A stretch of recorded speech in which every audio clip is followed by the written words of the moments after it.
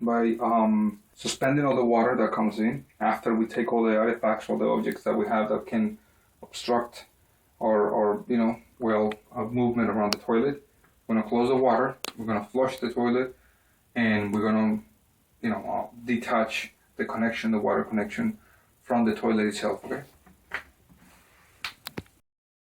The top off, and make sure that you put pressure on the flapper, so the flapper will stay open until you completely drain the tank. And if you still have a lot of water remaining in the tank, make sure that you use a towel or a sponge and take it all out. It will be easier for you to handle it afterwards. Once you drain entirely the tank, you want to make sure that if you have any sealer around the base, you want to remove it. And with a flat screwdriver, if you have these caps on, you want to take the caps off. And after that, obviously, you're going to start loosening the screws from both sides. Okay.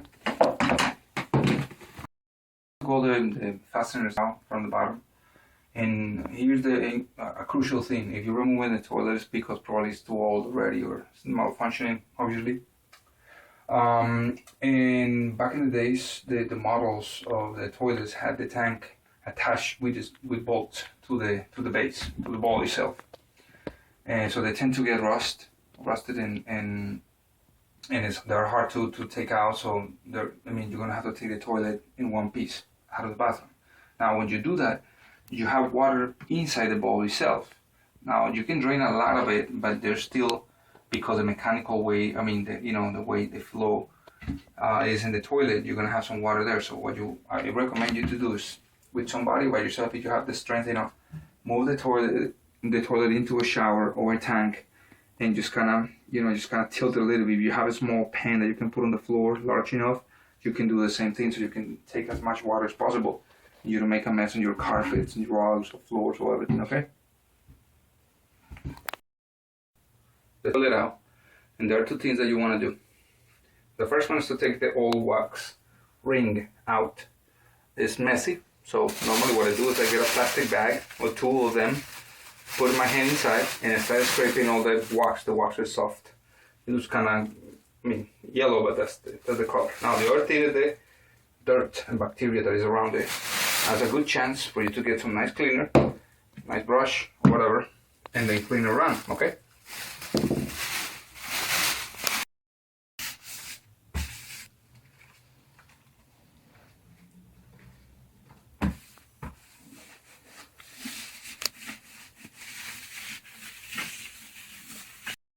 Finish cleaning the flange.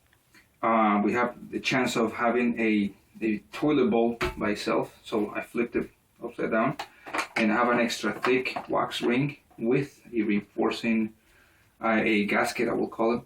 And this is good because sometimes the brand itself, the company that will provide, if they provide something, too weak, too lengthy, and sometimes they don't create a nice seal. So this is a little extra thick, and that is perfect just to squeeze it and give it enough, seal it around.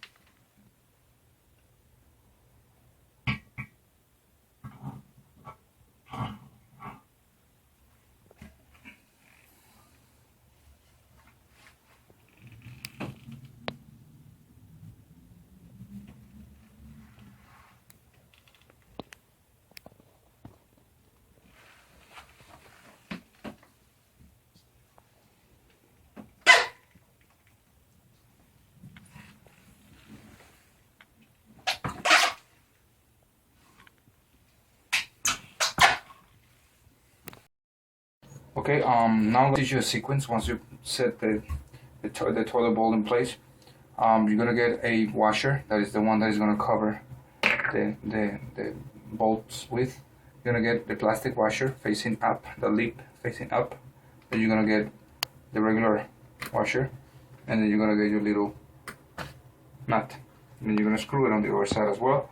you're gonna tie this thing simultaneously, so you can actually get a good grip in both areas. Okay.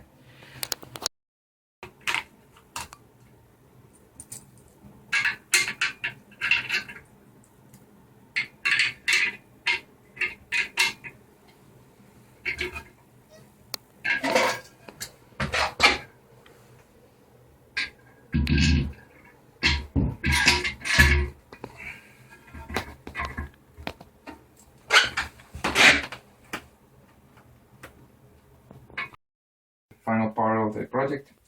Make sure that your hoses are well connected, that they're not leaking. Make sure that you know, obviously before you put, in this case I put a little bit of grout instead of silicone. I put grout to make sure that it's nice and balanced and set in place. Sometimes wood structures are not that good for the toilet flanges. The toilet seats have different configurations, but normally there's just 2 bolts. You have to screw on the bottom, line them up, and set it up. And that's pretty much it. I mean, I hope you now understand a little bit more about this type of projects.